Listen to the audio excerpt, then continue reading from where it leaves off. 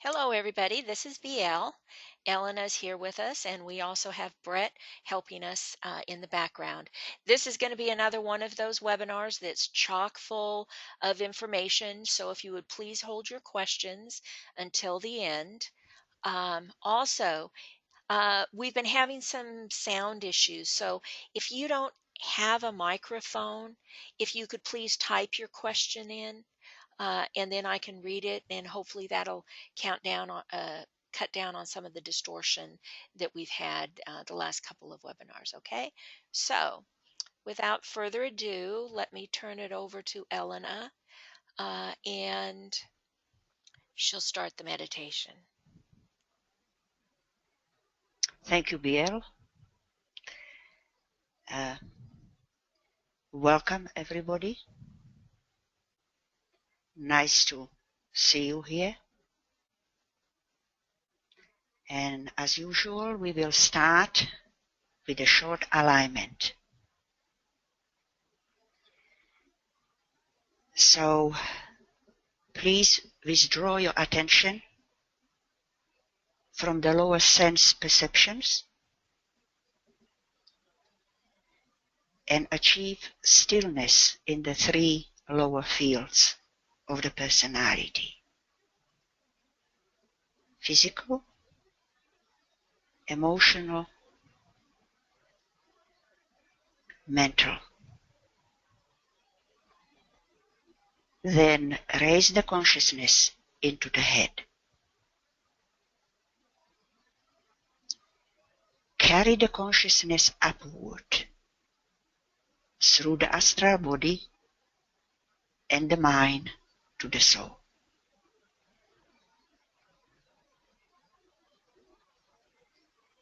Identify the personality consciousness with the soul consciousness and realize that they are one.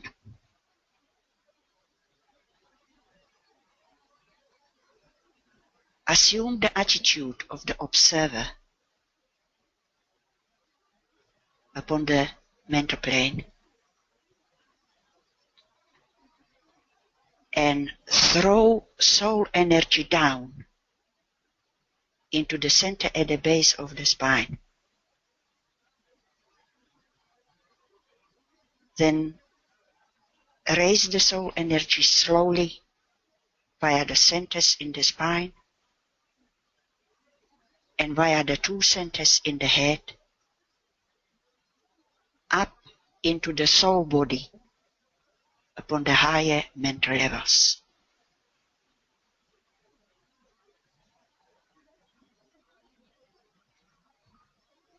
Recognize the personality is aligned with the soul, forming one unit. And there is a fusion of the individual soul with the group soul. On the level of the soul on its own plane.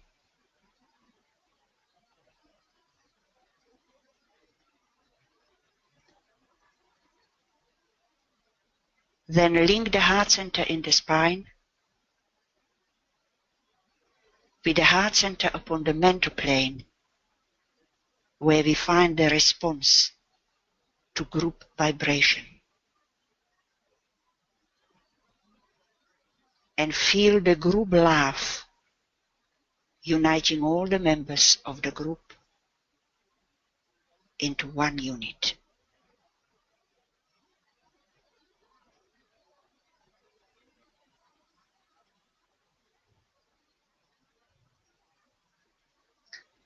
Thank you.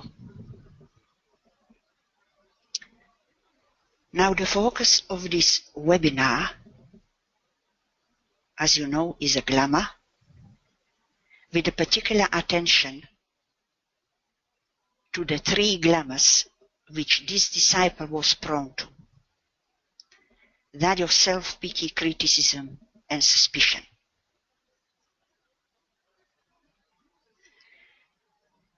It has been recommended for everybody to read the instruction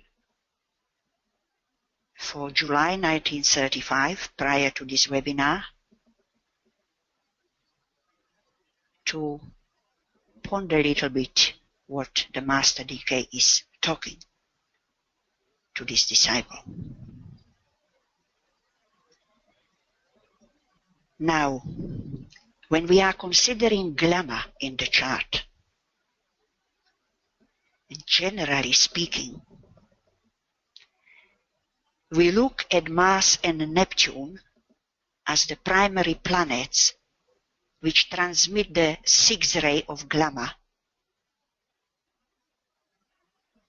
as these are the conditioning energies of the astral body, astral plane, and the solar plexus. Now for CDP, these two planets were of great importance for a number of reasons. They were contributory energies behind her powerful 6th ray force, conditioning her on 3 levels of her nature: personality, astral body, the physical body, which is also the brain. And also behind the many glamours she was prone to. And Neptune was her most important planet, being the esoteric ruler of her Cancer ascendant, and the ruler also of the IC-MC axis, Virgo Pisces. Mars was the ruler of her Aries sun sign, thus automatically contributory energy behind her 6th ray personality. Mars was also the ruler of Scorpio, and thus the dispositor of the moon in Scorpio, which is another ruler of her Cancer ascendant on the level of the personality, and the esoteric ruler of the Virgo IC. And the moon on both levels is veiling Neptune. We see that both planets, Mars and Neptune, are placed in Taurus. Neptune and Mars, right? The sign of desire, which, as the conditioning energy of the astral plane, astral body, incites to glamour. I would recommend for everybody to locate the midpoint of Mars and Neptune, which for this disciple is found at the 15-degree Taurus, 52. We are not seeing it there, but when we calculate it, it falls there, again in Taurus, okay? And this midpoint is carried by Uranus, which is placed at 15-degree Leo, 54, thus making a square aspect to that midpoint within 2 minutes of arc. Extremely important connection for this disciple, okay? So this Mars, Neptune, Uranus triangle, because you see when we looking for midpoints, we are getting triangles. And a triangle is a symbol of the soul. So what we actually doing, we are going deeper into the chart with these triangles. So this triangle, Mars, Neptune, Uranus, represents the conditioning energies she needed to utilize in order to dissipate not only a glamour, but also to develop a detachment, which represented her major challenge and a goal in that incarnation. Now, Uranus in Leo is in its detriment placement, okay? which indicate, very simply put, the lessening of the power of the mind, which is symbolized by Uranus, and increasing of the power of the soul as the using and controlling energy of the mind. We see that Uranus is in its retrograde motion placed in the second house of illumination, of light. It is also area related to the astral body through the desire aspect. And very much it is a Taurian house, right? I'm just mentioning those aspects of that house which are related directly to glamour. Okay? As we see that Uranus is placed very close to the cusp of the third house. So it is operating in both houses. And by progression in June, could we switch now BL to the quadraville for June 1936? 1936. Oh, I'm sorry, 1936. Yes, because I want to show that people see that Uranus entered the third house at that time.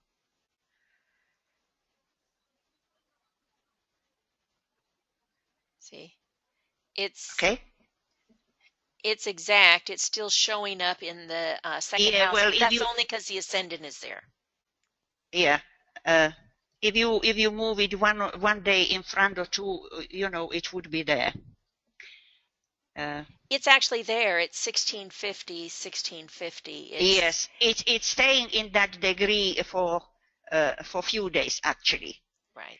But the point is that that Uranus has actually moved to that third house, which, you know, is very important here, and still operating in both houses. Okay. And the third house represents the concrete mind, okay, the meditation process. So it is the illumined mind and later the use of the technique of light through meditation which bring about the dissipation of glamour. Thus, the energies of both houses are utilized through that Uranus, okay? We can see that as it entered the third house, it is entering it in direct motion. It changed the motion from retrograde to direct. So we have an indication of a deeper reason again behind this changing in motion in relation to the timing of the transfer from the second to the third house in relation to glamour. Now those who are the regular participator on these webinars know that we have dealt in one webinar particularly with retrograde planets.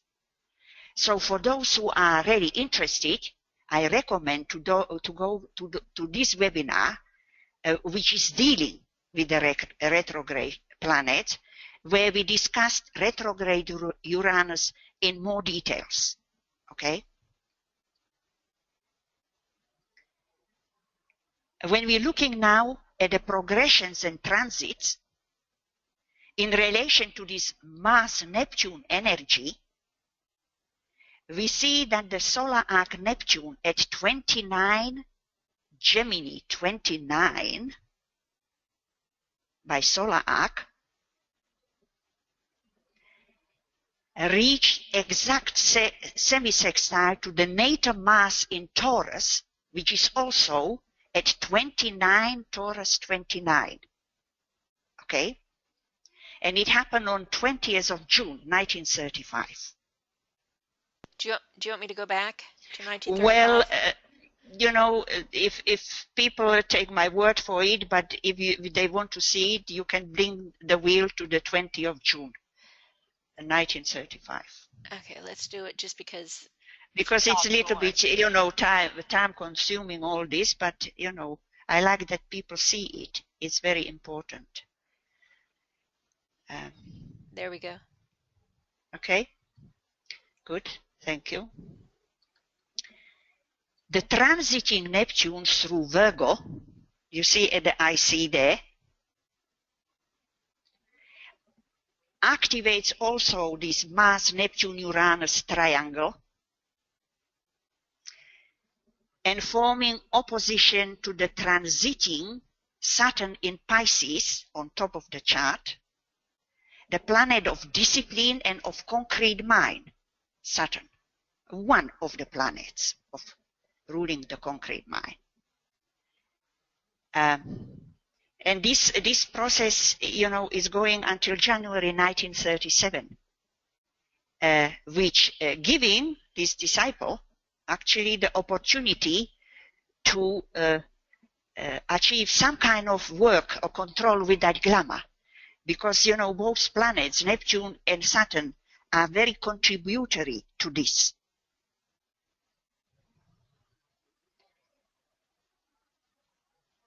The transiting Neptune is also moving through that third house, you see. Together is there now with that progressed Uranus. And a third house is also the house of concrete mind. Okay. The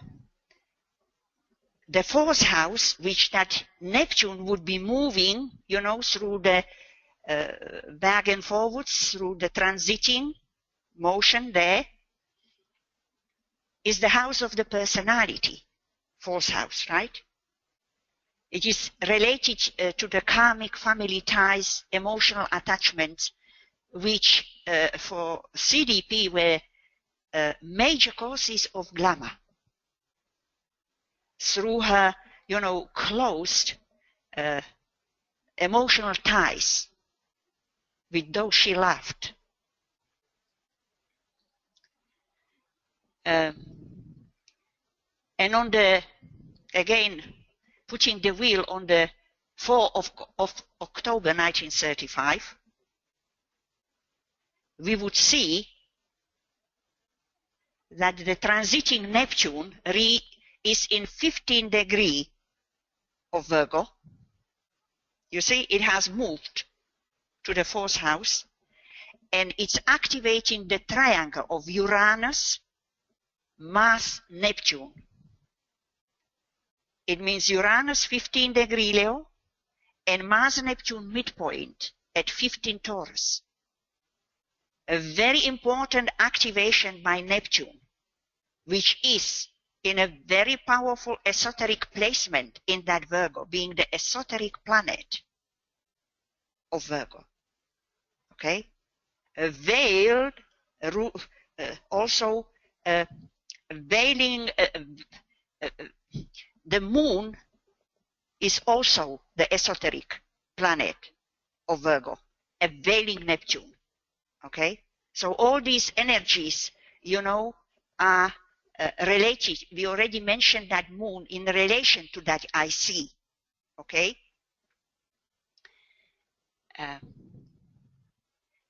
Now, Biel, if you would kindly put up the instruction number 1.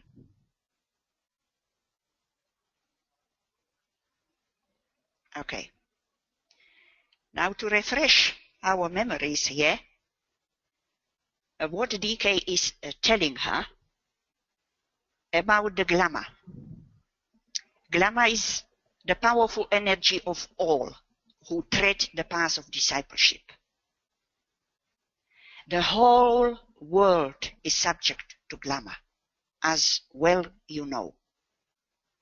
But when a man becomes a disciple, he contacts so much force, especially in early stages when he does not know how to handle it, that he attracts, consolidates, precipitates upon himself far more of the world illusion than would otherwise be the case. To this experience of the disciple, you are no exception. Being a disciple in definite training. Now, you see, if we see that he's giving us a hint here. He is placing CDP in the early stages of the path of discipleship. Okay? And as we know, she was transferring from the cella in a light into the third stage of the 6 stages of discipleship, that of accepted discipleship. So this was a very important incarnation for her. Okay? And when he is saying that, you know, being a disciple in definite training, he is implying training for initiation. And because we're dealing with glamour and so many glamours she had to master, there is only one initiation in front of her, and that is the second, which requires certain degree of control of the astral body and freedom from glamour, even though not the complete control. Nothing completes in the first and second initiations. Completion starts from the third initiation upwards. Okay? Now, if you can put up instruction number 2.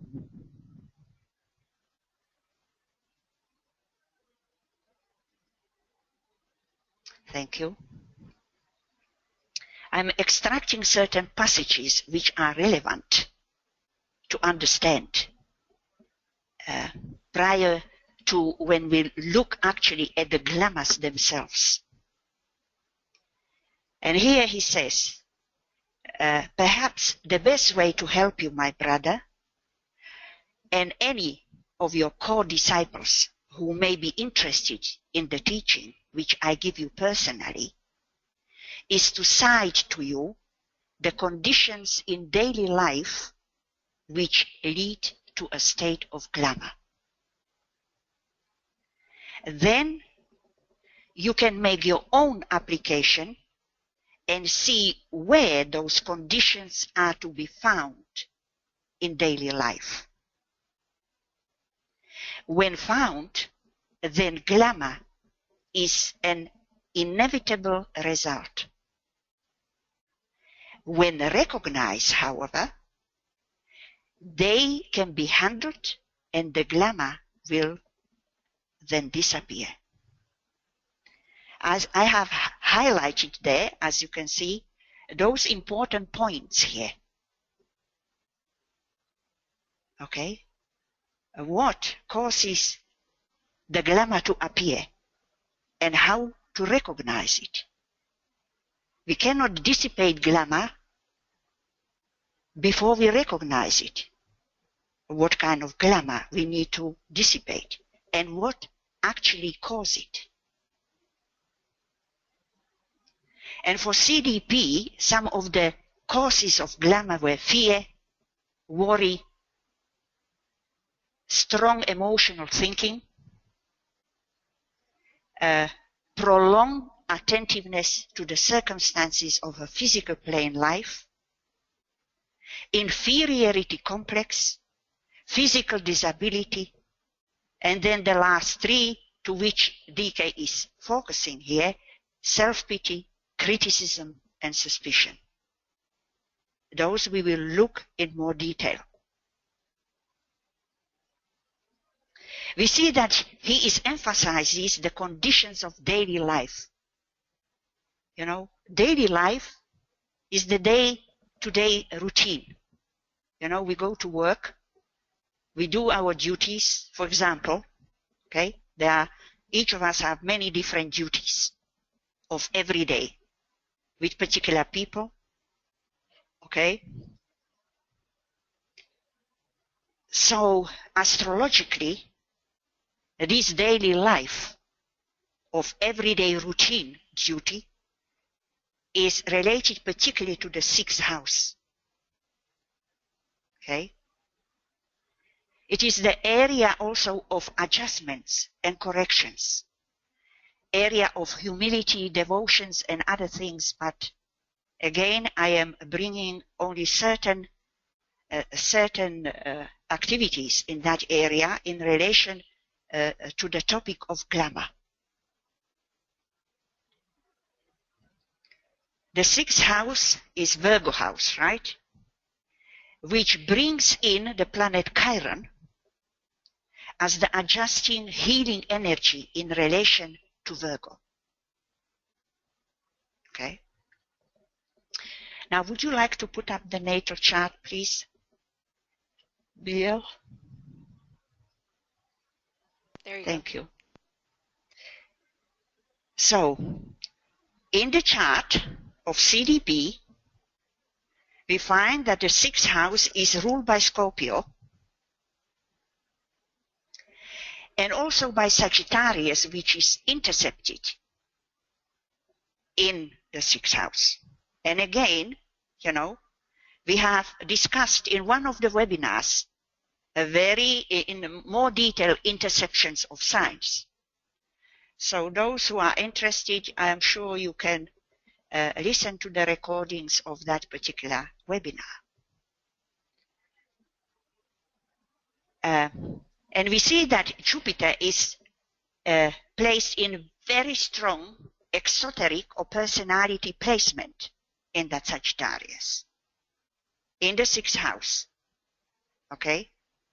It is a planet again on the cusp and retrograde, which we again discussed in those webinars with the retrogression, but I'm just briefly mentioning that that planet was moving to the 5th house from that 6th house. Okay? But it's operating in both houses while it is staying close to that cusp. It makes the opposition to Mars in the 12th house there, you see, which is the ruler of Scorpio, which rules the 6th house. That's why that opposition is very important. And Mars is one of the planets, related to glamour, transmitting the 6th ray. And the 12th house is the place of fear, isolation, prison. Okay? Again, there are so many other things, but I am pointing just some of those which are relevant to glamour. Now you see that critical mass in the last degree of Taurus, the sign of desire, is transmitting the 6th ray and is one of the conditioning energies of the 6th ray astral body, desire and glamour. Okay? So Mars is the conditioning planet of astral body for this disciple. Particularly, she has 6th ray astral body. Mars, as the ruler of the Aries sun sign, related to the personality, is also strongly influencing her 6th ray personality with that Mars. And also her 6th ray physical body and the brain, because we know that Mars is the ruler of physical body, irrespective if it's the physical body ruled by any ray. Okay? But in this case, it's a very powerful connection.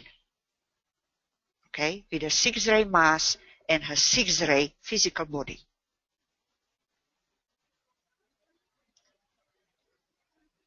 Now the Sun is placed in Sagittarian decade of Aries. So the mass opposition to Jupiter is significant, and if we further allow the possibility that the Sun is veiling Jupiter on the level of personality, and why I say that? Because DK is hinting that from Sagittarius comes planetary fire, the lowest fire. Above it is the solar fire, then electric fire. Particularly from the point, of initiatory process with the higher fires. But from the level of Sagittarius, okay, with the Sun veiling Jupiter, it is the planetary fire which burns away all the obstacles for the free expression of the personality and its process of integration, especially at its initial early stages, okay, which is very relevant for this disciple, as we're dealing here with the early stages of the path of discipleship, where primarily the exoteric rulers are operating, okay? So we have the evidence of the line of least resistance of the six-ray personality focus in the six-ray astral body here. Again, there is one webinar which deals with integration. Again, to go back to it, it's advisable. So, excessive, exaggerated attention with that Jupiter exaggerating excessive energy in Sagittarius in the 6th house on the personality daily life. Okay? And this representing the causes behind her glamour. Not all of the causes, but these particular ones. Okay? In relation to that personality. Prolonged attentiveness to the circumstances of her physical plane life, Mars. Now, in August 1935, could we bring now the quadra wheel, please? What day? 22. No, 26.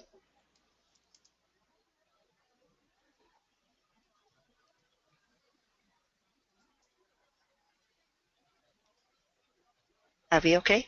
Is that it? 26 August 1935? Yes. Yep.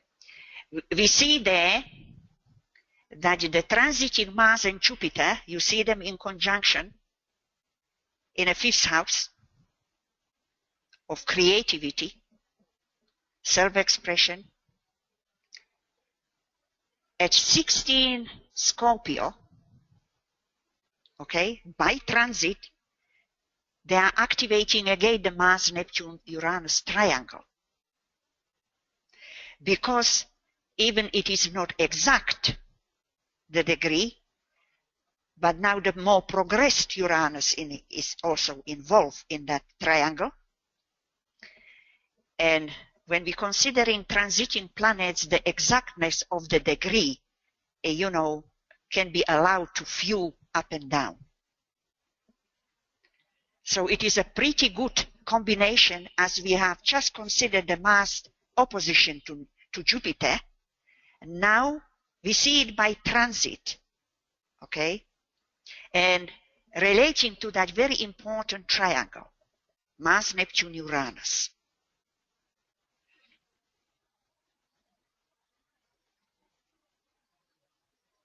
Now in October 22, 1935, the transiting Moon, Venus, Neptune in Virgo, you see, all around that IC point, through the third and fourth houses. Again, especially the moon, by transit move very fast. That's why I tend to sometimes go, to even specific time if we want to see, the changing of the houses with the faster moving planets, which, as we already said, is ruled by Virgo. And the degree, what are they, BL? I can't see them from here. Neptune's at 15 Virgo, Venus is at 15 Virgo, and the moon moon here is at 8. Right. Yeah, but it will reach it very fast within a day. Yes. Okay, so you see why I'm bringing this to our attention, because this is another triple conjunction which is activating the same triangle. Okay, Mars, Neptune, Uranus. Okay, you see how important that Mars-Neptune midpoint is becoming in relation to the glamour.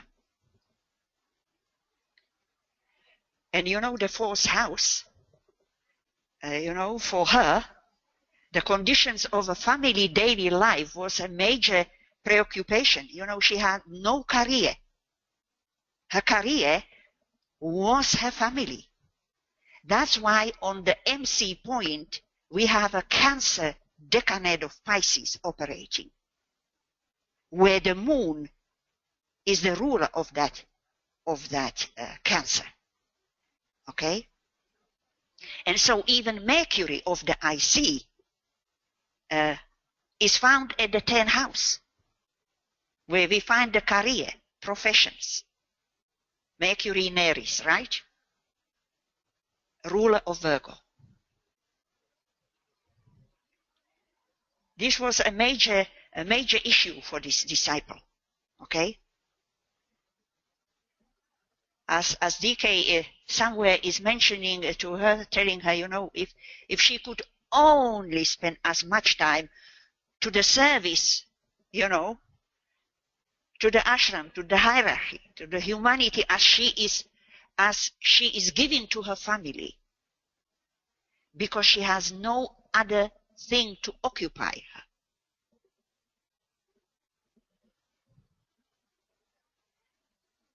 Now we are told that the process followed by the disciple who is consciously working at the dissipation of glamour in his life starts with a stage of recognition of the glamour or glamours, and that these are dependent in any particular life crisis upon the ray of the personality. Now this is a very important reference which you'll find in the Glamour book, Glamour World Problem, in page 203. Because he's giving us here a very important hint. But as with any hints of the master, it is not as simple as it appears. That we cannot just take the personality ray, and by that ray, we're going to look at the glamour. To my present understanding, which I want to share with you, it necessarily would involve other factors to be considered, okay? Such as the recognition that personality ray is a combination of 3 ray energies of the 3 lower bodies, which produce the force of personality ray. So they have to be automatically considered. Okay? And we need to establish the focus of that personality ray in one of the 3 lower bodies, which we already established, even in previous webinars and even now, that the personality ray, you see, for this disciple, is focused in her astral body. And this information, is very important to establish. Okay? Another thing which I would imagine would be important is the degree of the personality integration achieved in a particular life in relation to that level of consciousness to whose chart we are considering. Okay? A crisis, he's talking about crises. Crises are related to Saturn.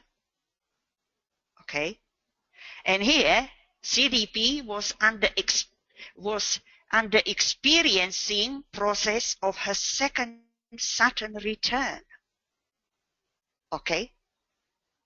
In Pisces there, which is another factor to consider here.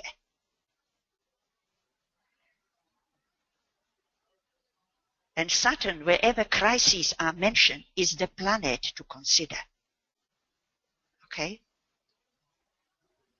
Planet of spiritual opportunity to progress through crises, which we are advised to create ourselves.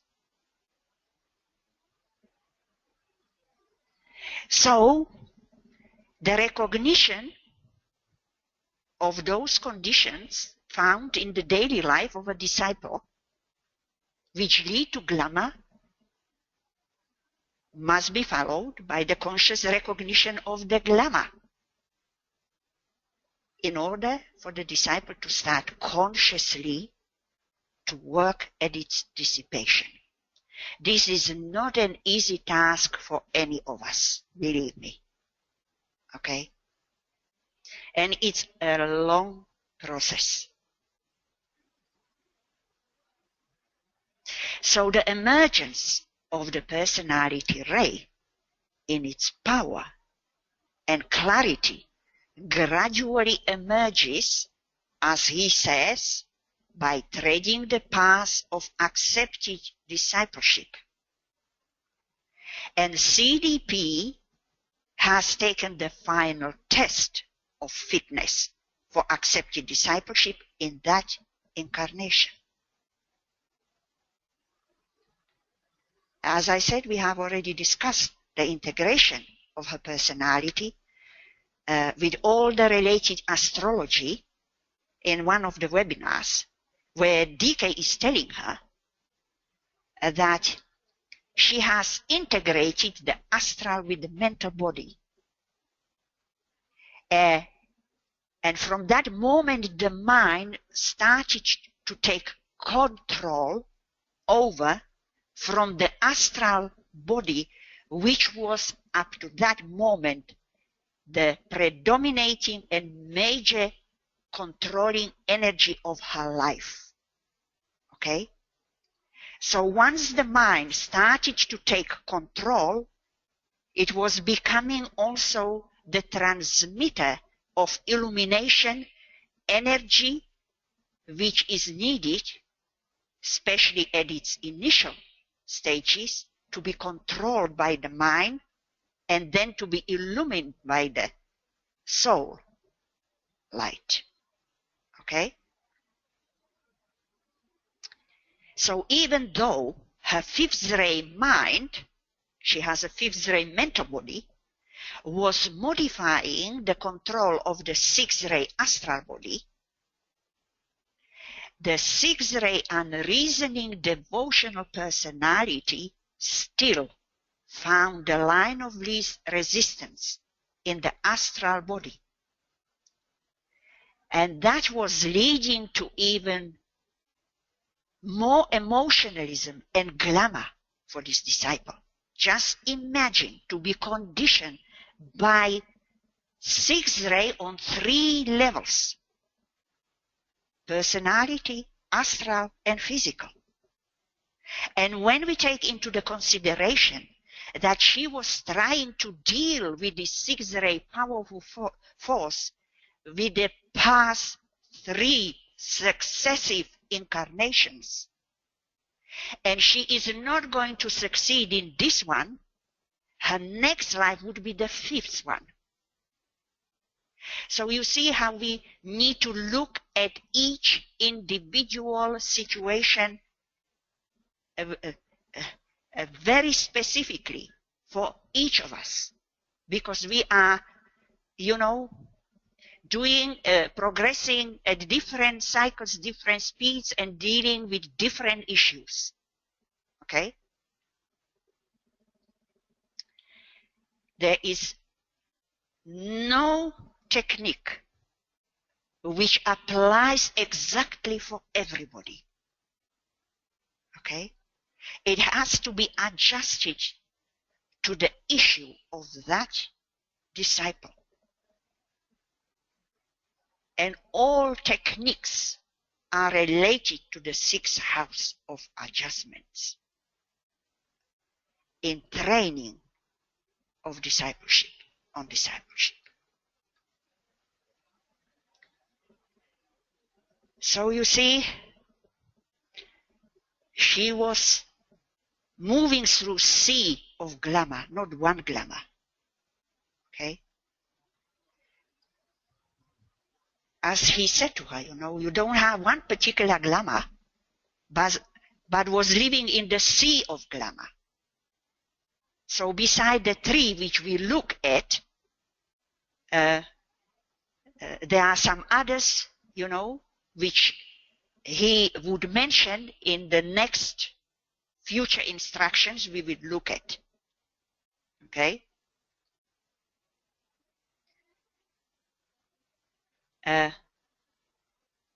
We are told, again on the same page, in Glamour, book 203, where we are told that the whole process of the dissipation of an individual glamour, because that's what we're dealing with, not a group glamour, but the individual glamour primarily, is divided into 4 stages. That of recognition as a first step, then focusing, then dissipation, and consequent revelation. And this starts from the time a disciple starts to tread the path of accepted discipleship until the 3rd initiation. So for this disciple, this was the life of beginning of this process. Okay? Because here starts the more conscious process, where we start to deal with issues.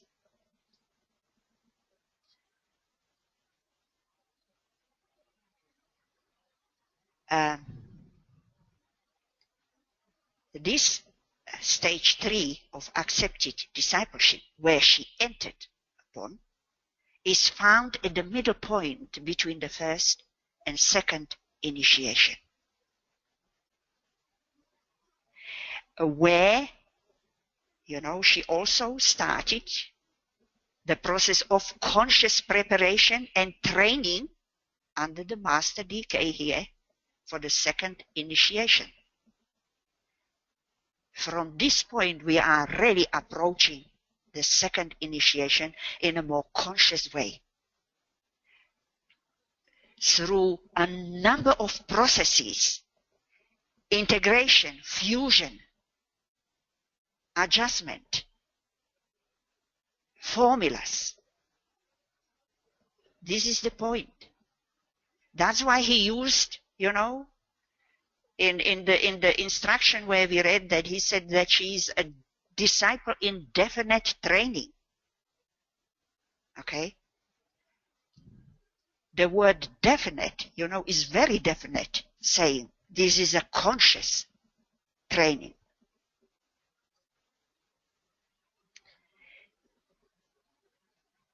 You see, we are learning to understand how a master works here.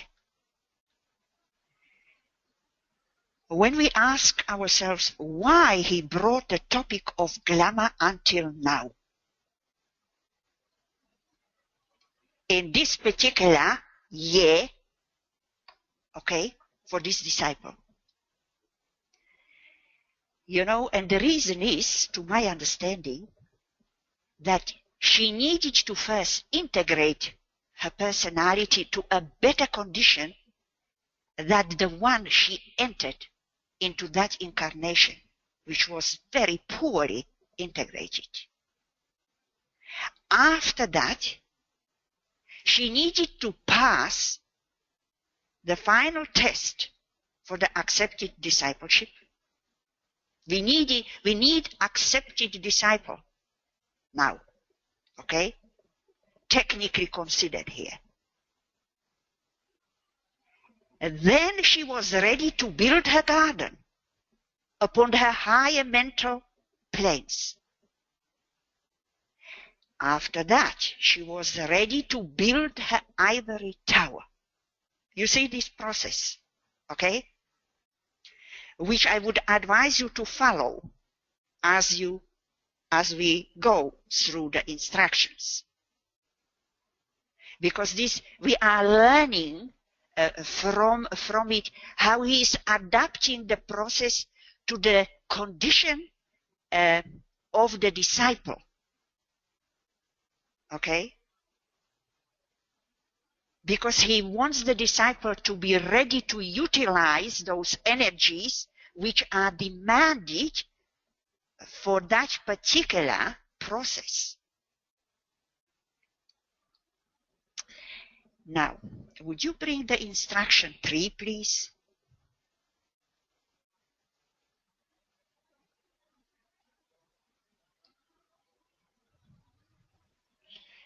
Now, here, what he is saying is that glamour is, of course, such a subtle thing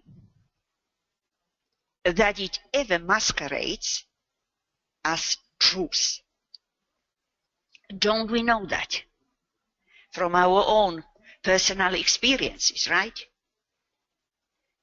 It is powerful because it finds its point of entry into a disciple's consciousness through those states of mind and those habits of thought which are so familiar that their appearance is automatic and constitutes an almost unconscious manifestation. There are, for the average disciple, 3 main attitudes of mind and of feeling which predispose him to being glamoured. And that would be those which we will look at. You know, the self-pity, criticism, and suspicion. Now, he's giving us here, again, a very important information. Okay? What states of mind is he actually talking about? You see, we are at this stage, we are considering the mind as a concrete mind, okay, which start to be used in control of the glamour. And the lower concrete mind is primarily conditioned here by Mercury and Saturn, which are ruling the mental unit on the 4th mental subplane, representing the concrete mind. The other state of mind is the kama manasic or desire mind, which is found on the 5th astral subplane and is particularly related to Venus. Because it's primarily this mind, you know, which related to the desire is behind the glamour. Okay? We find kama manas up to the level of 2nd initiation. That's why the initiate of the 2nd degree are called the kama manasic initiates. Okay? and habits of thought. We all know that moon rules habits of the past, right? Accumulation of habits of thought. The other energy is the south node, okay? And the 4th and 12th houses particularly.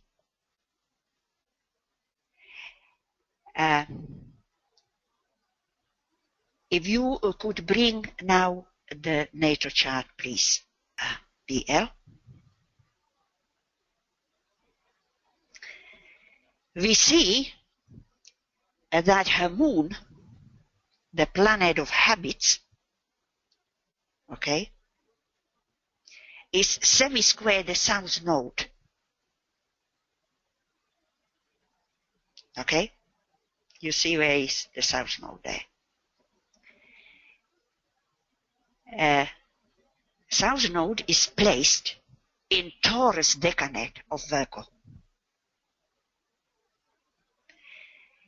where bring our connection to Venus as ruler of Taurus, okay, into relation with Mercury, which rules Virgo. So Venus-Mercury connection is here through these two levels of mind, concrete and desire mind, or kama manas. The 4th house is ruled by Capricorn, decanate of Virgo, thus bringing into relation Mercury to Saturn. Mercury Virgo ruler and Saturn Capricorn decanate ruler. And both planets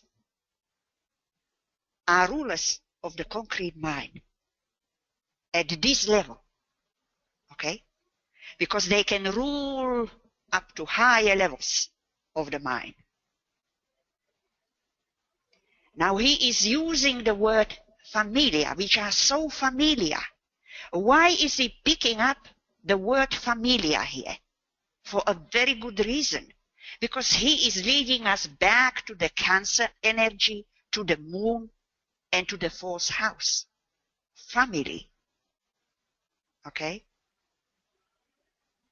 4th house represents the basis for it's a foundational energy for our feelings, emotions, unconscious emotional roots, I see, okay, of past lives accumulated experiences and habits. Conditioning the personality is a personality house, and particularly for this disciple of family, karmic relations. Okay? As a causes behind glamour. Now moon, you see, for this disciple is veiling Neptune. As you know, we are supposed to determine what the moon is veiling, Vulcan, Neptune, or Uranus. Okay? So we are establishing through the process of all these webinars that for this disciple, at this stage, it is the Neptune energy. Okay? But there start to be transition to the Uranian energy, particularly through the involvement of that Uranus moving to the 3rd house of the mind and being involving major detachment energy behind the Mars, Neptune, glamour planets. Okay? So very important transition of major levels in this incarnation for this disciple. Okay?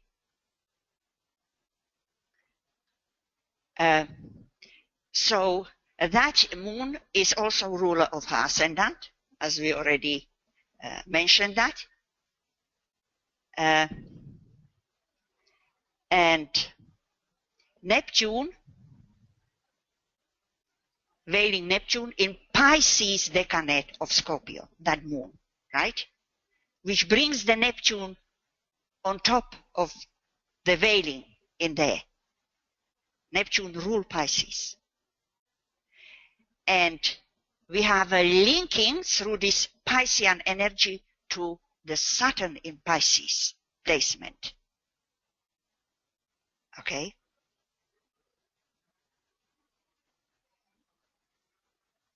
And through the Scorpio placement of that moon, we are linking to Mars as a ruler of Scorpio in the 12th house.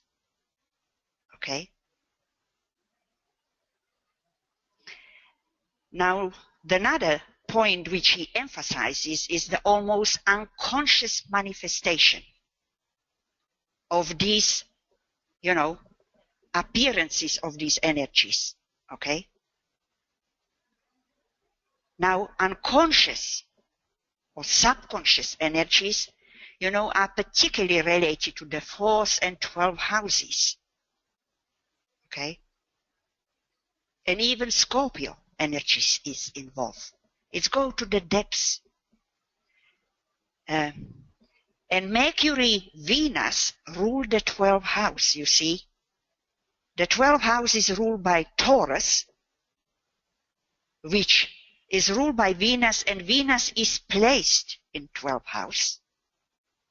And also by Mercury, which rules the intercepted Gemini on that 12th house. Okay?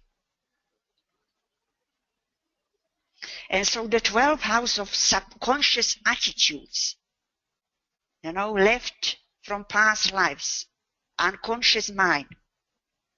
Okay? Now, there is another important point which he is bringing up, and that is the statement, which is actually technical term he is using, the average disciple. Okay? Because this is a technical term. And many times, he is using these terms, and sometimes for completely different levels, but this one he is adding to the one which he already gave us, that he is dealing with the disciple at the early stages of discipleship. And here he is putting the confirmation, this is the stage of the average disciple. It means the probationary discipleship covering the cella in the light and little cellaship.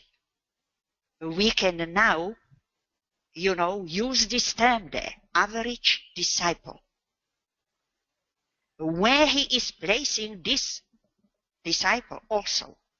Okay?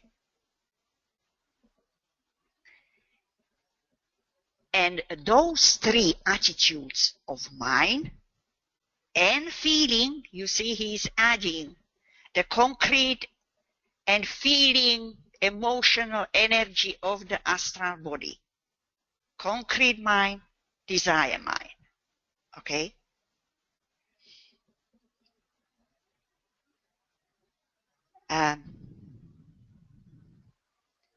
These are the energies which predispose the average disciple to glamour. Okay? At the early stages.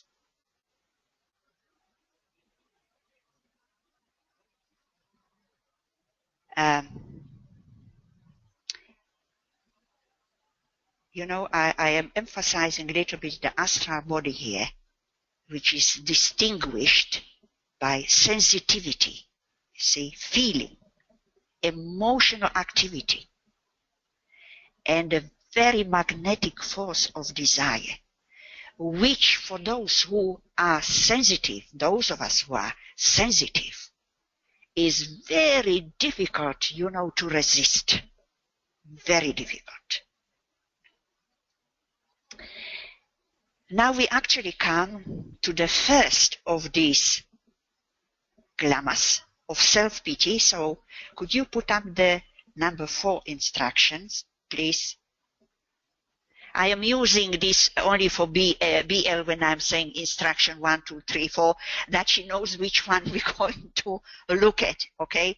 We are still in the same instruction, okay, for July 1935. So, and this is, I thought, you know, we read the whole thing here because it's very important to really look at what he is saying. This is, to this all disciples are prone, he says. Their lives are necessarily difficult, and they are more sensitive than the average.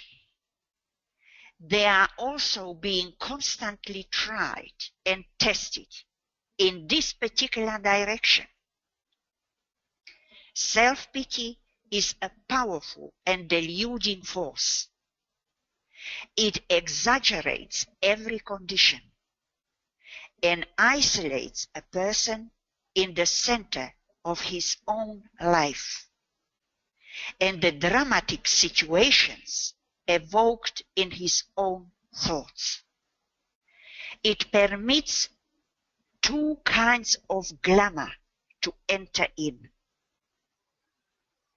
First of all, the glamour of special training, wherein the disciple overestimates his importance in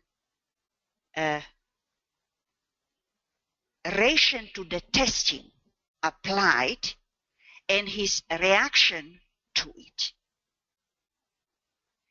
And he is specifically saying this is not one of your failings. It was not her failing. Okay?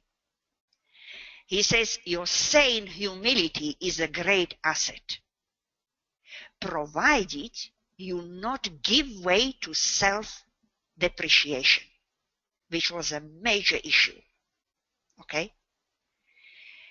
The second is the glamour produced by such a deep self-interest that the disciple is isolated in a cloud of his own thoughts, so that the light of his soul is shut out.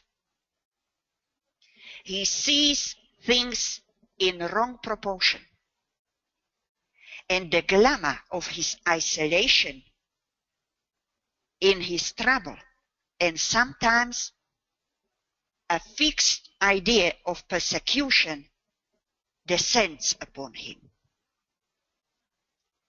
And he again say to her, here again you are not guilty. It's not her particular problem. Okay? Others in my group of disciples are more prone to this failing than you are. Okay? Now, as we see that he is including all the disciples in this glamour, which are all prone to it. Okay? And I do know that even disciples, there were 2 or 3 of them which were preparing for the third initiation, were prone to this glamour. Okay? But even though I think, and he is in other passages, other books confirming this, that even though disciples on all the race are prone to this glamour, it is, as we are told, you see in Glamour book, and many of you would know it, it is the basic glamour of the second ray. Okay? Because the second ray disciples are usually fully aware of any glamour which may be seeking to hold them, because, you know, of their very strong innate sensitivity and faculty of, you know, more clear perception. Their problem is to destroy, you see, to eliminate within themselves their very fast response to this magnetic pull of that astral plane and the desire and its many glamours. Okay? They are usually responsive to all glamours, not only one, as was the case of CDP, who, is conditioned by second ray on her soul level, because of their sensitivity to glamour. And because of this, there is a delay there in the process of liberation from the glamour. Okay? Liberation of the glamour, to a great degree, it's the aim of the second initiation. And why they delay? Because by the negative attitude of inferiority, major issue of this disciple, and distress. It's causing them distress. Okay? They can't face it. So it is not as quick process as, for example, with the first ray.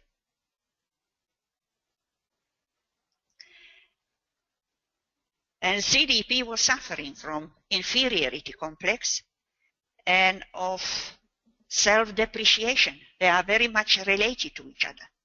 And when we come to that instruction where he actually telling her that, and we will look in more details about that. But I should say at this point that, which I checked through other disciples' charts, which I have available, that primarily astrological signature of inferiority or the self-depreciation is the Sun conjunction Chiron. You see, Sun in relation to Leo deals with our identity, to see who we are and recognize who we are. And in that recognition, to see our capacities, okay? And not to underestimate our abilities, which this disciple was doing continuously, okay? And this Sun conjunction Chiron, in this disciple chart, is in a Sagittarian decade of Aries, okay? Supported by the sixth ray transmission through Sagittarius and through Mars, ruler of Aries, which we already looked at. But I'm just adding now the Chiron as very important adjusting energy, which points to an issue which need to be adjusted or healed, okay?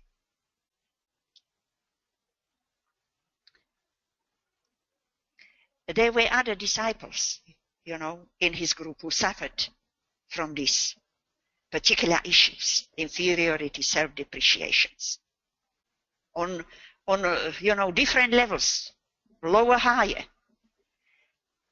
And he is saying that, self-depreciation is not necessarily a sign of spiritual growth,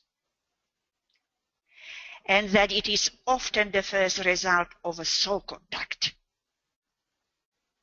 Because what a soul contact reveals, it reveals the limitations of the personality, you see, covering many years, which need to be dealt with. And it is also, he says, very easy to confuse or to confound a natural self-depreciation with true spiritual humility.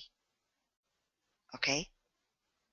Because humility is a major energy in these energies here, in relation to self-depreciation, inferiority. Okay? To understand the spiritual humility, and then a personality humility.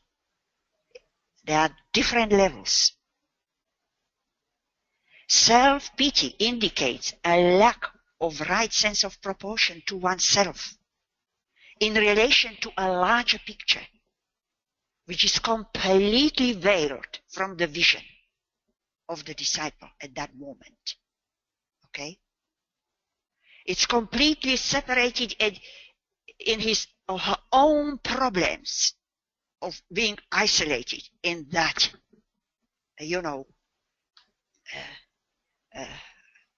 almost lack of confidence, or basically not seeing the capacities available because they are, veiled. Very difficult, situation. In her chart, BL, we bring her chart now. NATO chart, please. In her chart, the Mars, 6th ray in Taurus, desire. In the house of Pisces, prison, fear, as the ruler of Scorpio, and that's automatically dispositing her moon, okay, in the Pisces decade of Scorpio, relating the Pisces to the 12th house, and Scorpio, it's a ruler, Mars rulership, is representing not only the astral body, but it indicates a very powerful psychic nature of this disciple. Okay, a very powerful psychic nature. At some point, he was telling her, that I know you are, making many trips to the astral plane. And I immediately saw the Gemini on that interception of the 12th house. Because Gemini, there are the trips. Okay? It's a traveling energy, either with the mind or physically. And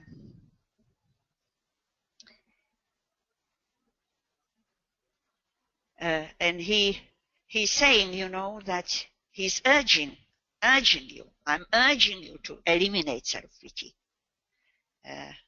Because then when that happens, you would be more harmlessly, handling your personality energies.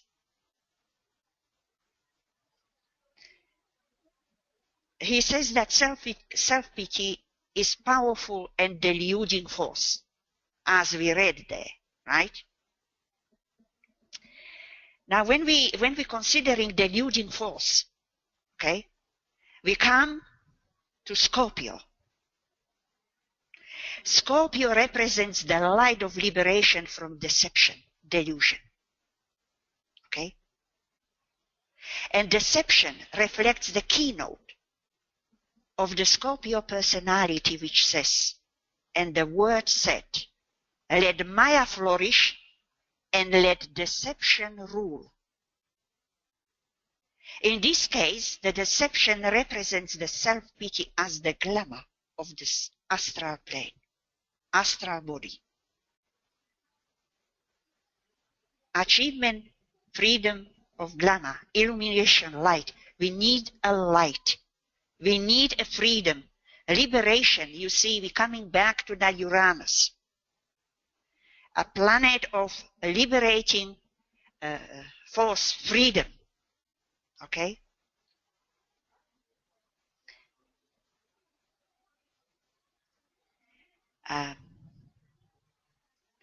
So the moon in Scorpio, you see, in that 5th house of identity, it's a Leo house, is making square to that Uranus in Leo.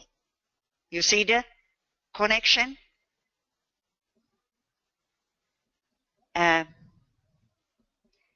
it happens to be also the esoteric ruler of the Libra 5th house.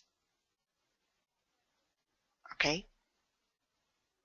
So that soul energy of that Uranus is very much needed. Okay? After the concrete mind has done its work, the soul controlling energy has to come in with strong power. Okay?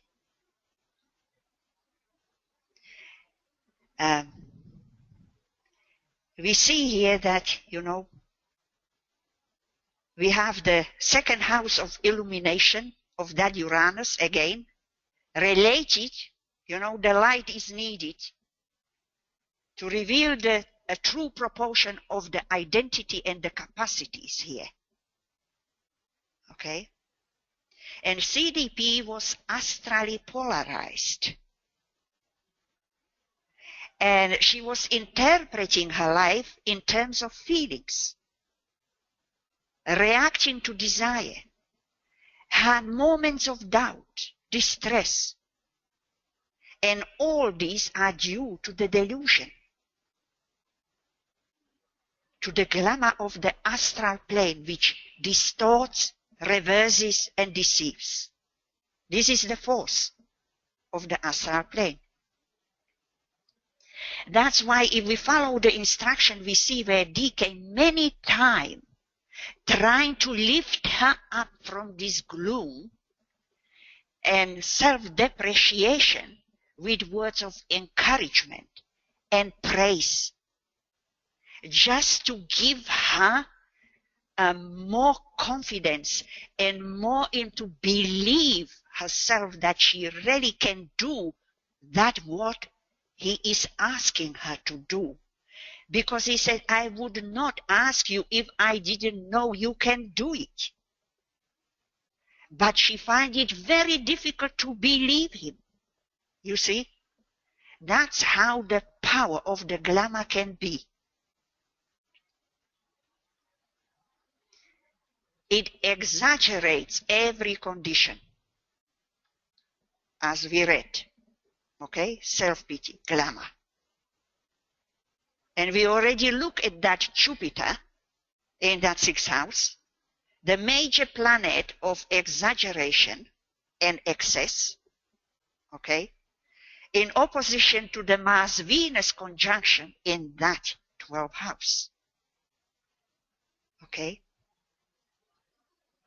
Actually, we can interpret that Mars-Venus as completely astral desire, manasic energy of the astral body. From this perspective of the glamour. Okay? And it's isolating the person in the center of his own life, what is happening in this depressive sometimes condition. That's why those two planets are in a 12th house, in a prison. Isolation. But he says to her, your sane humility is a great asset. Okay? Now, what is the sane humility, I think, to my understanding, is the common sense of her fifth ray mind coming in. Okay? It means the concrete mind, she's, sane enough to see it. Okay? Provided she does not give way to self-deception, depreciation. Okay?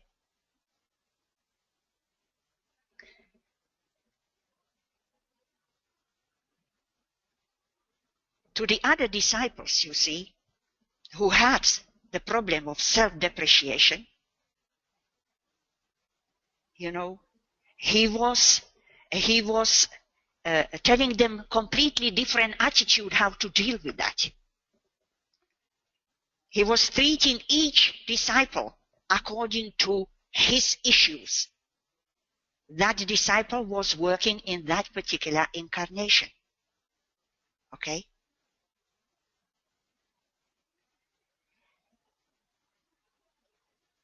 So, we would come now to the instruction 5, BL, please, and to the spirit of criticism. Okay? And this is a very important words of the Master here. Believe me, for all of us. When I was, I done this disciple maybe 12 years ago, first time. But when I was refreshing my mind, looking at this here, I was just amazed, how applicable it is for all of us, irrespective where we are. Where he says here, this induces more states of glamour than any other one factor. Who shall say who is immune? Question. When harmlessness and kindness in thought and word are practiced and automatically become a part of a disciple's daily life expression, then glamour will end. He's actually now using the same words but on a higher level. Okay? Automatic, which was before, the glamour. And now, you see, he's raising the level here of the same words. My brother, this one factor lets in more glamour into a disciple's life and into your life than you can realize. Okay?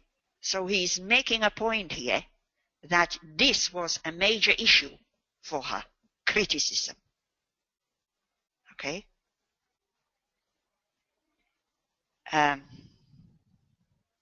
Where was I reading? Consequently, you frequently fail to see people as they really are. For you see them through the illusion induced by criticism of them.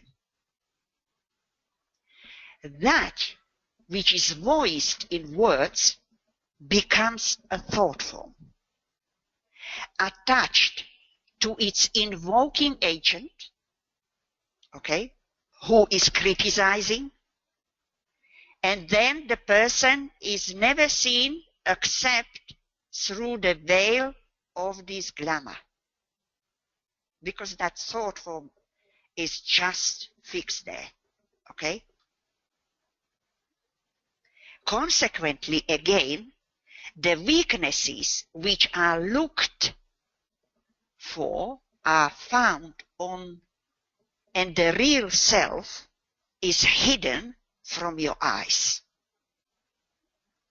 You can check the accuracy of the above statement in a couple of days by a careful noting of the theme of all your conversations in the circle of your daily life. You see, he is coming back to the daily life, everyday life. Are you discussing reality or a temporary failure in divine expression? Is your reaction to people in general kindly or critical? Are you prone to see the good and ignore the weaknesses and errors? Is there an immediate interest evoked in you by the relation of some wrong action or mistake? Or do you lock up your knowledge of people's faults in the secret of your heart? Loving your brother's faults in the secret of your heart. Loving your brother more because of this frailty, and refusing to pass comments or to criticize him, even to yourself? I recommend these questions to you and to all in my group of disciples. Right here for you and for so many lies the usual point of entry for glamour. And until this opening is sealed, you will not be free from personal glamour. He's emphasizing we are dealing with personal glamours here, okay? So you see, this is a very powerful, at least for me, I find this so, arresting statements, questions for all of us.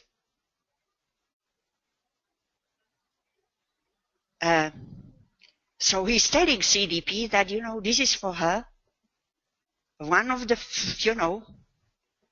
factor which lets more glamour into her life than she can realize. That's why she was relating to people, and particularly those she loved around her, as personalities, not as souls. You see? She was highly developed on the inner planes as a soul, but there was not that energy coming to the brain, you see, on the physical plane. And she was blocking not only herself, but those she loved, because she was not nourishing the soul energy in them. Okay? And criticizing them on top of everything. And criticism is a faculty particularly of the lower concrete mind, you see. It is conditioned by mental energy. And that's why DK say, is the outstanding characteristics of mental types particularly, and of a powerful integrated personalities, where the mind as the highest integrating faculty, is fully operational.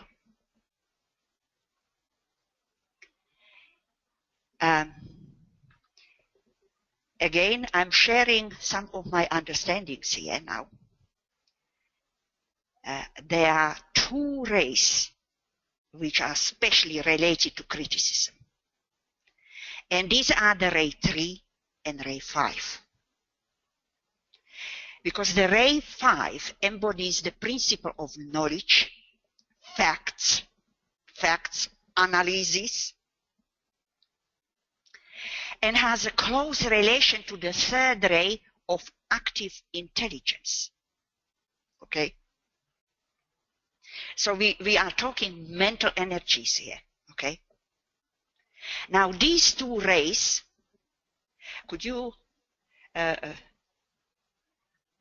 okay. Yeah, we start with that. Thank you, BL.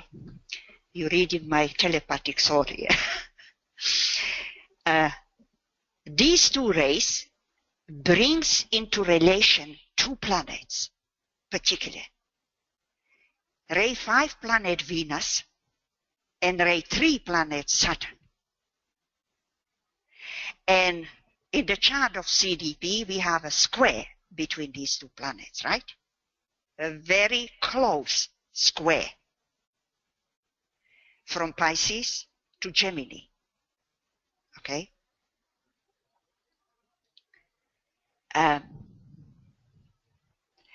And this brings also focus on her fifth ray mind. It's strengthening that fifth ray energy. Okay? And I would imagine also fifth ray is conditioned by one of the levels of Saturn. Now, if you bring now the quadra-wheel, please, and bring it maybe how would I say? We don't need to bring it there. I would just at this moment mention it that there is a Saturn return happening, right? In the 9th house. This is in our lives when we have a Saturn return. You see, again, my understanding is that any initiation take place either at the second Saturn return or after it. Okay? Usually he is mentioning the year 50, but, you know, we have a 50-year cycle of Chiron, which is another indicator of initiatory processes. Okay? So this is just, by the way, I am mentioning here. Okay? Why I am bringing up this Saturn return, you see, because it is activating this Venus-Saturn natal square automatically, right? Because this is what I wanted to point out to you. How important, you see, that Saturn return, activation of this particular square in relation to criticism. Okay? There is a double Saturn energy coming in through that Saturn return. And, you know, the exact aspects, because you know that Saturn transiting, as you see, is going retrograde, then it goes direct, then a retrograde. It comes exactly to this activation of this Venus-Saturn square in October and December, okay, 1935 particularly. But, you know, we don't need to go there because, you know, it is very easily seen already here. At the same time, the transiting Uranus going through Taurus, a very important transit of that Uranus through the sign of desire, okay, at this time, you know, of dealing with the glamour. And it is also this transit which is activating this square, okay? I don't know in which degree it is at the moment that Uranus there, but it is going to come to it. It's 3°42, so it's yes, almost because 4. Yes, it happens exactly in June and September, okay, in 1935. I am just, you know, bringing, you know, the example, you know, of these points. We don't need to actually move the wheel. That they are actually happening, okay? Now, you wouldn't think immediately, but the concrete mind is also ruled by Mars, okay? Which as a planet itself, on its own levels, is conditioned by ray 3 and 5. Very strong energies in the planet Mars, okay? So the T-square between the progressed Mars in Cancer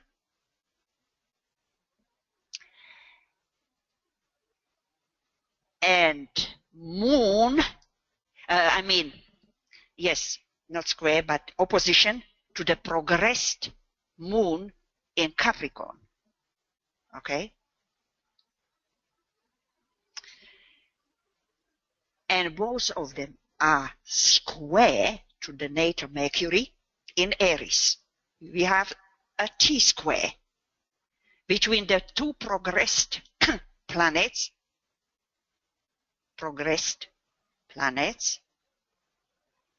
okay, well, and the natal Mercury. It's more exact with the solar arc one. Yes, but you see, we don't have it on the exact day where that is exact. You see, that's why I want you to really, it's happening in actually 14th of July, exactly, 1935, okay? Okay.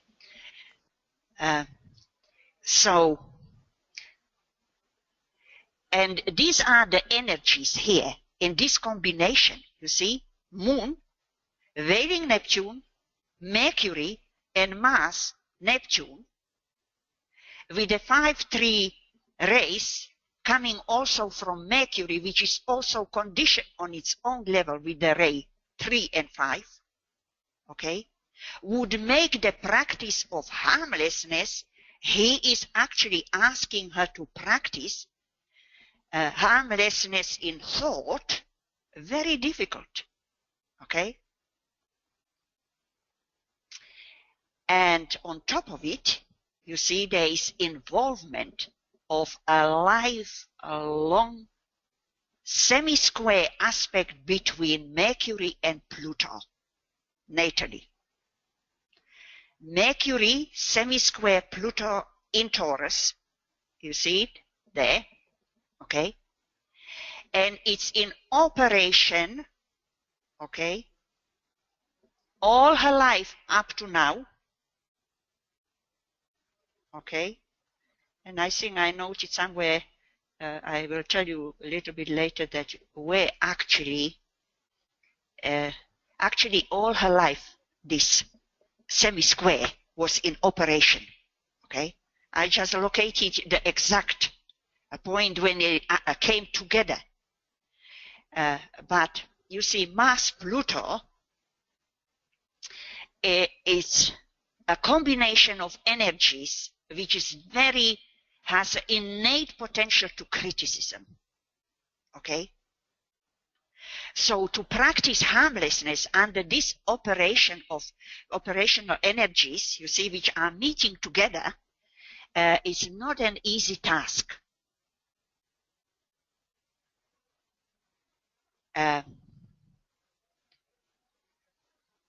Particularly under this T-square between the Moon, Mars, and Mercury. It wouldn't be so easy to control the critical mind here. And, you know, this would open the door of glamour even wider if it is not watched with a everyday control and discipline here, okay? But, you know, I'm sure the master knows about all this. He's a very good astrologer himself. So he was preparing her for this. So here the progressed Pluto would reach an exact square to natal Mercury in 8 Aries 45 in 24 July 1938. Now we don't need to again to go there, and will stay in close aspect within 2 minutes of orb until her death. You see the importance of this aspect for her? And that Mercury, for that Mercury, this is the only aspect that planet makes. So the significance of that energy to this criticism point, which he emphasizes for her, is the most important cause of glamour. You see? Now, if we look at the solar arc Pluto, is it around 19 degrees there? Right?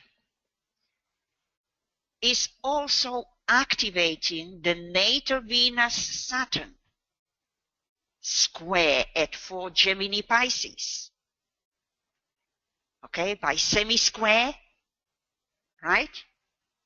And what is the other aspect? Basically, it's activating this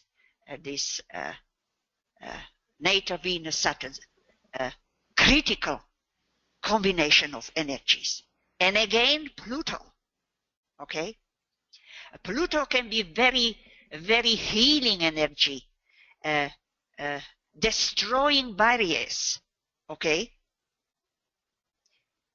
It depends from what level we are using that energy. It is bringing from the depths, you see, to our consciousness to show us what we need to do. Okay, that's why it rules, you know, Scorpio, the planet, or, you know, of depths. And this activation actually happened in October. Actually, it's operating from May to October 1935, okay? This activation. So you see how many energies are coming together, which are a potential source of criticism, okay? And now we look at the solar arc Venus-Saturn square, and where do we find it? At the 2 degree Taurus Leo. Do you see them there, BL? Venus by solar arc and Where is Venus? Saturn. That's Okay, yeah, Venus in Saturn. second. I've got Yeah, Saturn. Saturn. Yes, Venus. the same aspect, but now by the solar arc progression. Okay, and activating by the transiting Uranus in Taurus. Okay, which would arrive there. I don't know what degree is there now. It's at 3, but it's retro. Retro. It means it's going to maybe a couple of times to going over, activating. And that's, you see, Uranus is, if it's used in its higher level, you know, it can create, it can release, it can free, you know, the glamour here to certain degree, okay? And it's also a very positive energy in the detachment process, which for this disciple was primary issue of that incarnation. It's coming under the D, capital letter C, D, P, okay? Detachment. Actually, the correct word is dispassion, because it deals with the astral plane energy. Dispassion. Okay? So, she didn't realize, you know, that criticism was letting more glamour into her place, into her life. And everyday life, he's emphasizing basically everyday life here.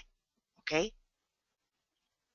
Because criticism blocks Saturn, blocking energy, blocks the light of the soul, and thus distorts the vision.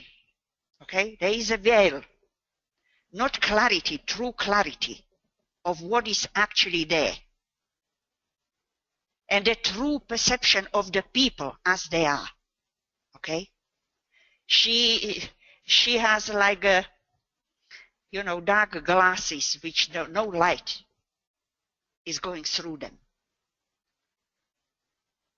And so this created a point of entry for that glamour. And until she closed this door, she wouldn't be free, Uranian energy, from this glamour. Okay? And he is saying that these voiced words, he is bringing our attention to the throat, to the Gemini, to Taurus, okay? A voice, words, becomes a thought form, Saturn, attached to its invoking agent, okay? He is bringing these energies to our attention here. Through now looking at some astrological conditioning energies. Right here for you lies the usual point of entry. Now, I think in a healing group,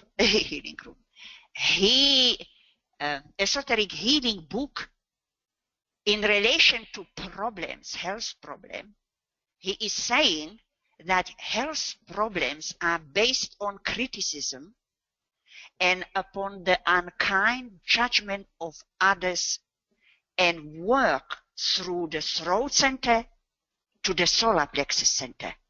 It means the energy is going from the top down to the solar plexus center, and it can stay there, you know, before we raise it back, okay, and use the heart center in the middle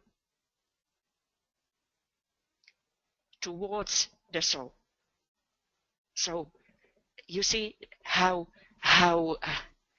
damaging criticism is. It's affecting our health also. Okay? And I would say for CDP, these two centers, throat and solar plexus, would be primarily conditioned by the Mercury-Pluto semisquare, okay, and Venus-Saturn and Mars-Saturn squares, okay. Now, could we come to the next instruction, please? Suspicion. Okay. And here he comes saying the most poisonous of all weaknesses is this glamour. It is usually the most false, and even when well-founded, is still capable of poisoning the very roots of being, of distorting all attitudes to life, and of bringing into activity the creative imagination as its potent servant. Suspicion ever lies with such apparent truths that it seems only correct and reasonable. This tendency you have fought for long. A good measure of success is attending your efforts. Give not way to suspicion, but be careful not to cast it away from you into the hidden depths of yourself, whence again it must inevitably raise its head. End its power in your life by doing three things. By assuming more definitely the attitude of the observer. I just want to emphasize those points fundamental. By leaving everybody free to live their own lives, and by fullness of your own life service, okay, which doesn't give her any time, okay, to running around, you know, because of the suspicion, trying to find out, is it true or is it not true? Okay? And these three things, if persisted in and practiced, will do more to release you from glamour than any other one thing. Okay? So, most poisonous of all weaknesses. Poison is Scorpio energy, okay? We're talking about lack of trust here. That's why, you know, running to investigate suspicion, you know, what is happening there, and especially with people who she is emotionally connected. It is usually most false, DK says, okay? You know, when I was thinking about this, the power to visualize correctly, when we visualize correctly, we see clearly in our vision, you know, the true reality is the sure mode how to ascertain, is it true or is it false? Okay? But we need to have that clarity there. Okay? So, when we visualize, through visualization, we are building of a bridge between the astral and mental plane. Okay? because that's where we need to raise the energy, on the higher mental plane, preferably. Because the astral world is a world of falsity. So we need to stabilize, okay, upon the mental plane and stand there in the light of the soul, the observer. We need to be the observer, the soul itself.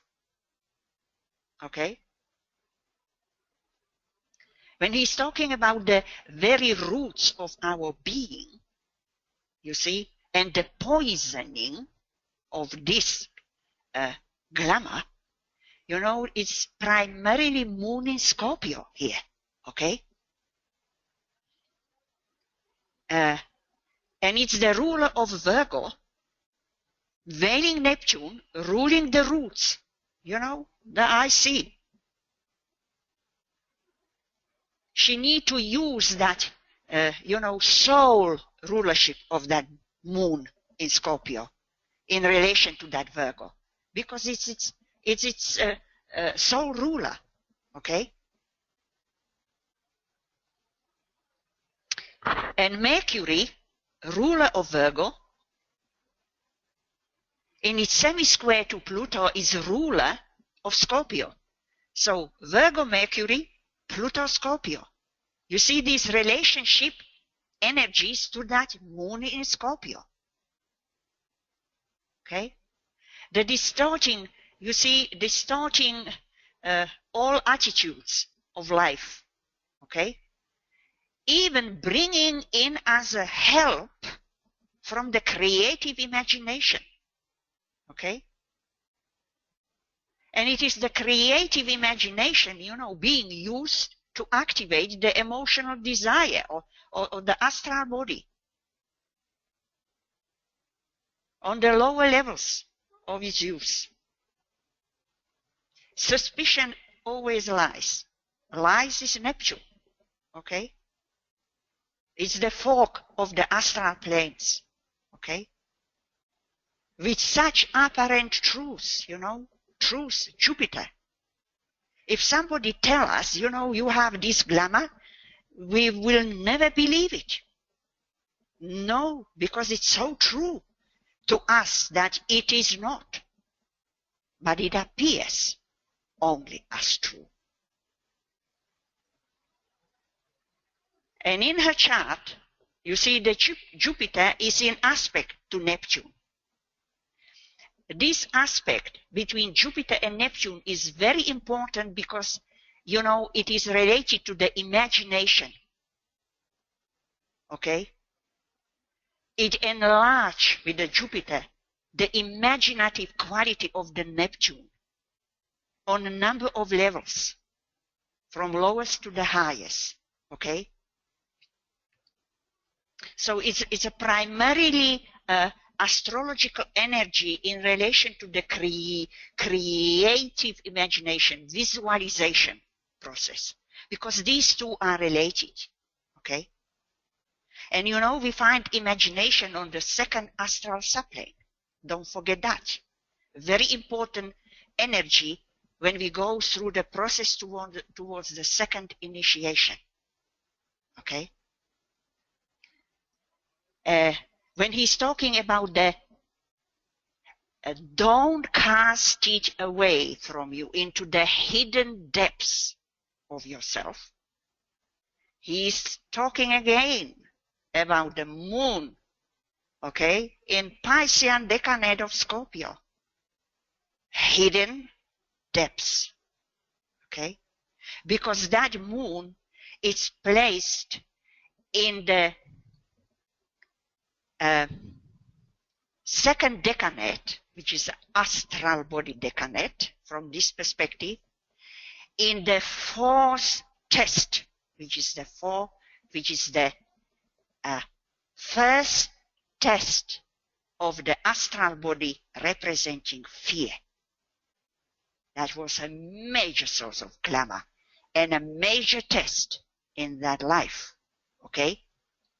And when he says, from where again it must inevitably raise its head, It's the Hydra of Scorpio. He is hinting here, okay? One of the heads of Hydra, okay? So the suspicion is related to fear. Astral energies here, okay? Suspicion is also primarily related to Cancer also and Scorpio, which were the major influencing energies in the life of this disciple. Cancer ascendant with its ruler moon, and Neptune with the moon in Scorpio, Neptune in Taurus, you know, major signs of desires, sources of glamour. Okay? Actually, the whole triangle of the water signs is emphasized in this chart very powerfully. Cancer, Scorpio, Pisces. Okay? Because these are the emotional energies. Okay? Now, if you can bring the quadrivial, please.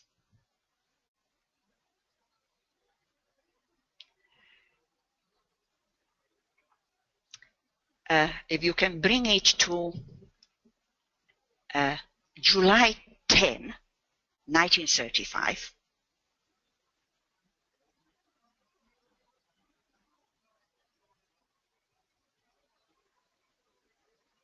Are we there?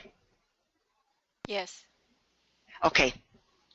Now, if we can see the transiting Neptune in 12 degree Virgo, is making sextile to the natal moon in 12 degree Scorpio, okay, in the Piscean decanate, because that brings the Neptune relationship to it. And this natal moon in Scorpio happens to be on the midpoint Neptune-Pluto, which is found at 12 degree Taurus, right opposite that moon.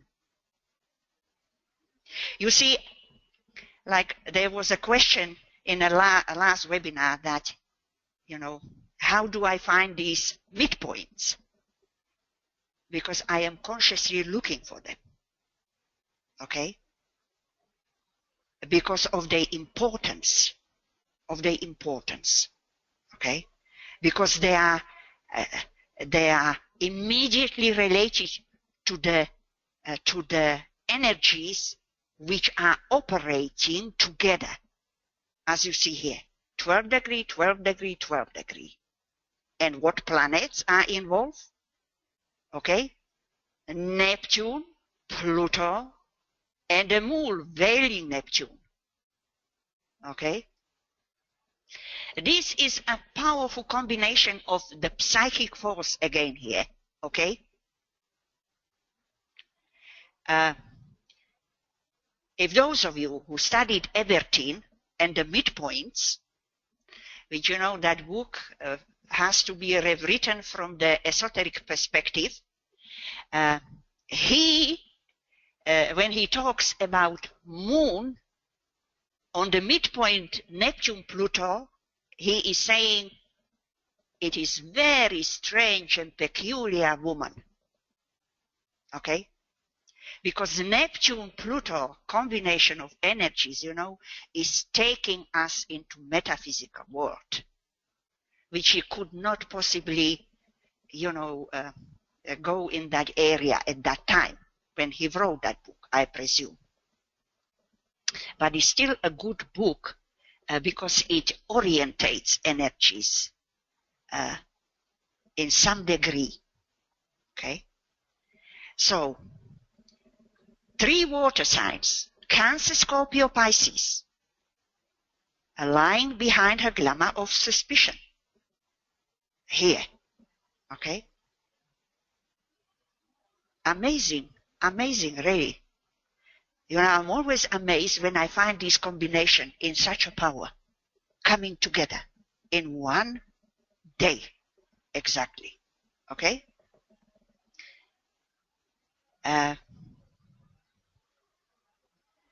So, CDP had a very high mental capacity and knowledge accumulated and enriched by years of study. You know, her fifth ray mind. She has a high analytical ability. But you see, she lacked discrimination. So that's why the lack of sense of proportion, you know, in number of these sources of glamour, like self-pity, you know, underestimated her capacities, okay?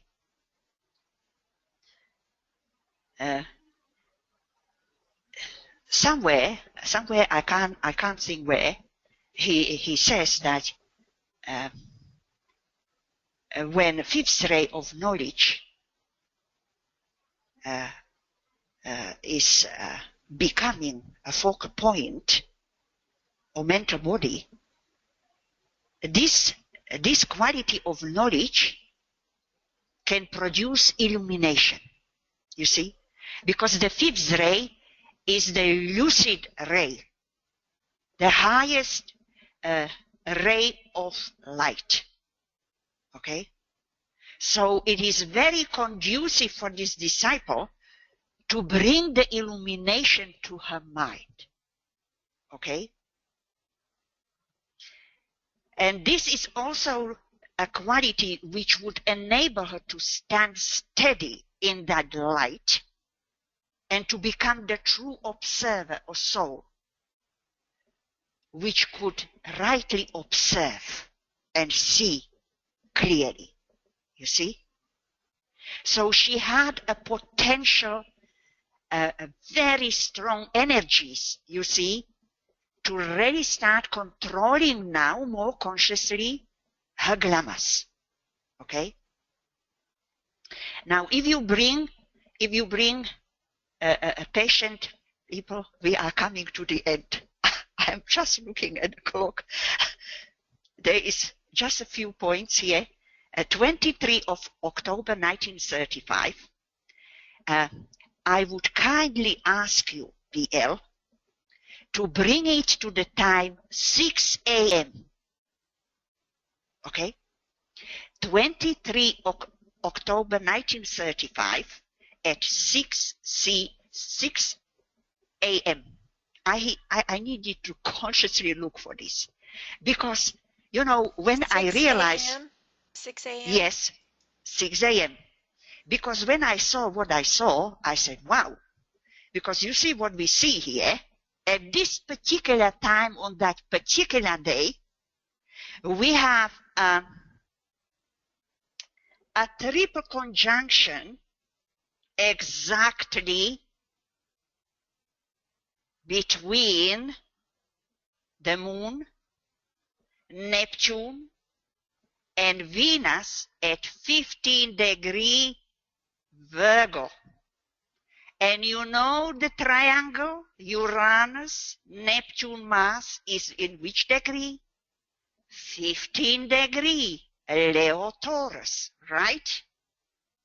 So this powerful force of very, I would say, a strong soul energies in that Virgo, you know, coming together, okay, and activating that triangle, which is a major source of glamour, helping that Uranus in the first place, okay, and it's indicating a process of falling of that desire, lessening of that desire, an emergence of the soul, and the transformation of the Venus Kama Manasic desire mind into the Son of Mind, which is the soul mind. Okay? That's why, I thought it would be very interesting, to share with you this combination of energies again, how they are coming together. You see, at a particular time and day of that year, you see, activating all the important points and presenting enormous spiritual, a possibility to utilize them for the control of the glamour now from the level of the soul now. Okay? Building the foundation, I see, okay, of this process in that incarnation. And to this triple conjunction, Moon, Venus, Neptune, we see together coming the transiting Chiron in 15-degree Gemini. You see, that Chiron we need to always watch. He is adding its power, his healing, adjusting energy to this process. You see, is actually amazing combination again. Okay.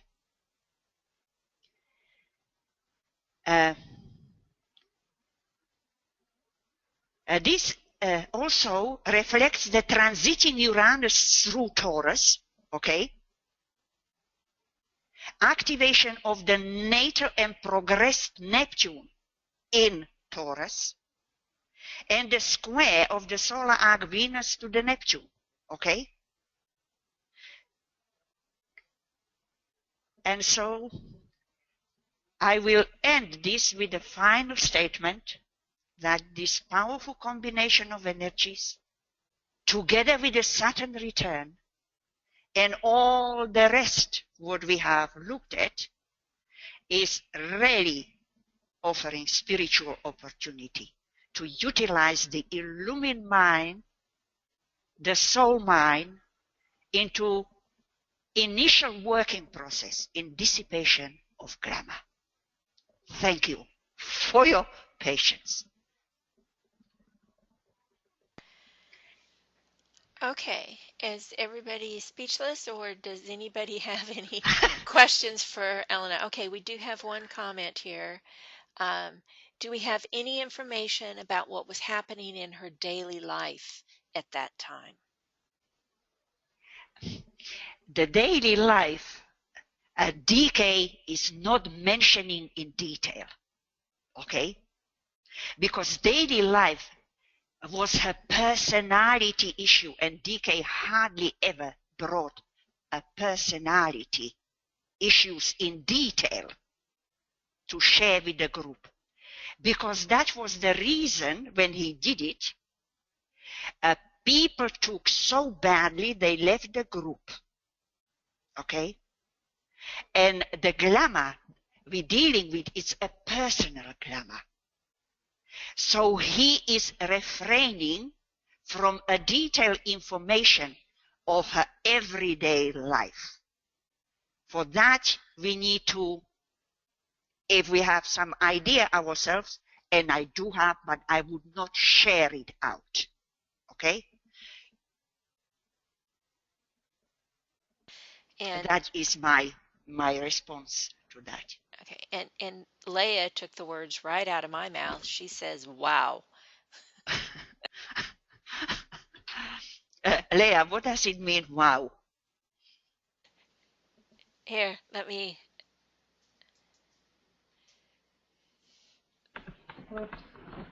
You want to define wow? Sorry, I had to plug in. Yeah. Elena, that's absolutely incredible. We're learning so much astrology through all of this. I feel as if I need to stagger through the rest of the day and then come back and go over and over it. So wow. Thank you. Thank you, Leah. I am, it makes me feel good also, not from the personality level, but from the soul, I would say, that I can share something which can be used and developed further, by people, and really be inspired, to really take it up more seriously, because it's a very important tool in our spiritual journey, Definitely. So I thank you again. Thank you. And then Suzanne says or asks, are there some clues you might share sometime as to how to determine whether Vulcan, Uranus, or Neptune veil the moon in charts? Thank you for these insights. Also, what might a relatively unaspected sun in the disciple's chart indicate? Well, that has to be you see, the sun is the ruler of Leo on all levels and deals with our identity. So my first sort of thought would be to look at the fifth house, at the first house, which are the primary areas also of identity issues, okay? Any other Leo energy present in the chart, because not from one planet we cannot determine much, okay? But when a planet is not aspected or very poorly aspected, it is always a focal point for us to look at it very carefully, okay? I have my own experience because I have a Mars completely unaspected, but I have another powerful relationships through it, and it made me more consciously focus on the aspects, of that planet, which it represents and which need to be developed. And especially Mars is one of the 6th-ray planets, okay? So, and the first part of the question was, how do you determine whether Vulcan, Uranus, or Neptune veils the moon? That is entirely on the intuitive capacity of the astrologer. Very simply said, there is no rule. There is no rule. And what I would say that through one incarnation, there could be experienced all 3 planets being veiled.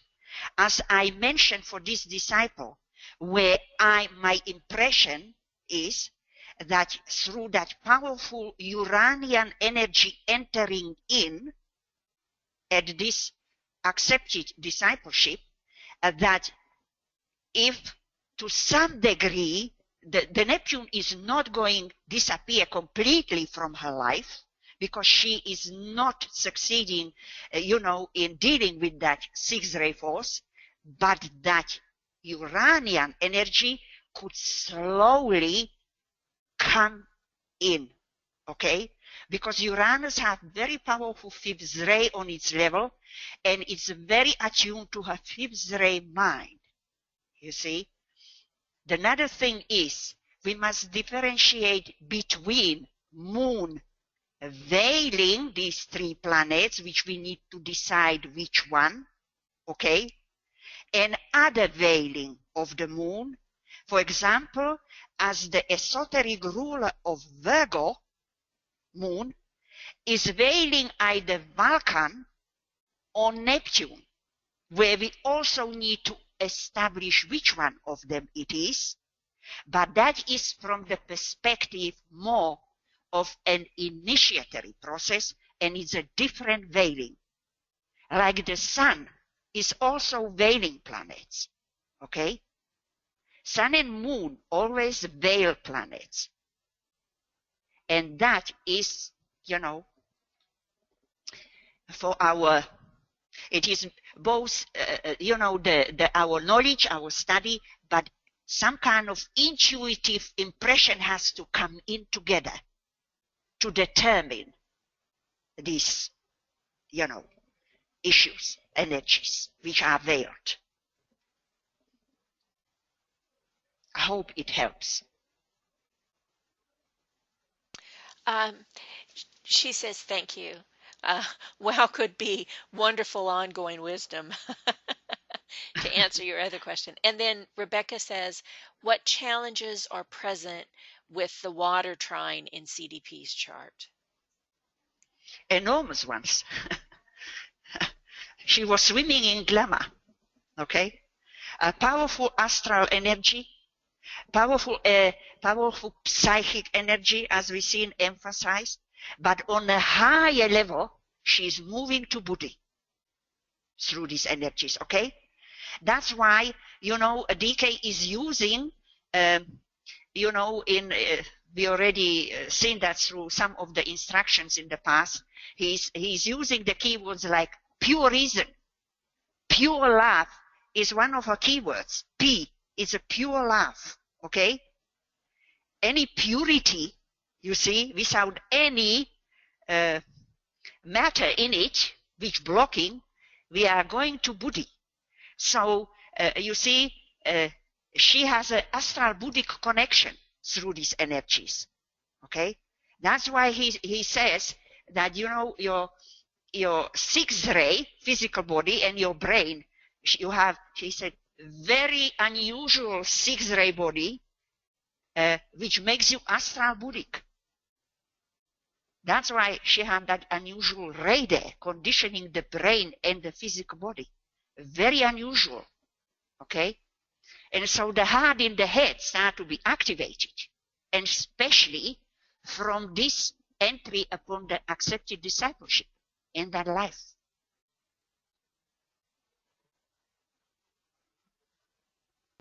Okay, I think that's all I see in the way of questions, and I don't see any hands. So thank you very much, Elena. Well, thank you for participation, and, take my own understandings, check it, work with it, come up with your own ideas. That's the most important.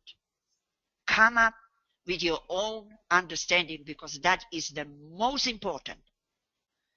Personal experience of energetic level is the most important, but the most difficult to bring into manifestation.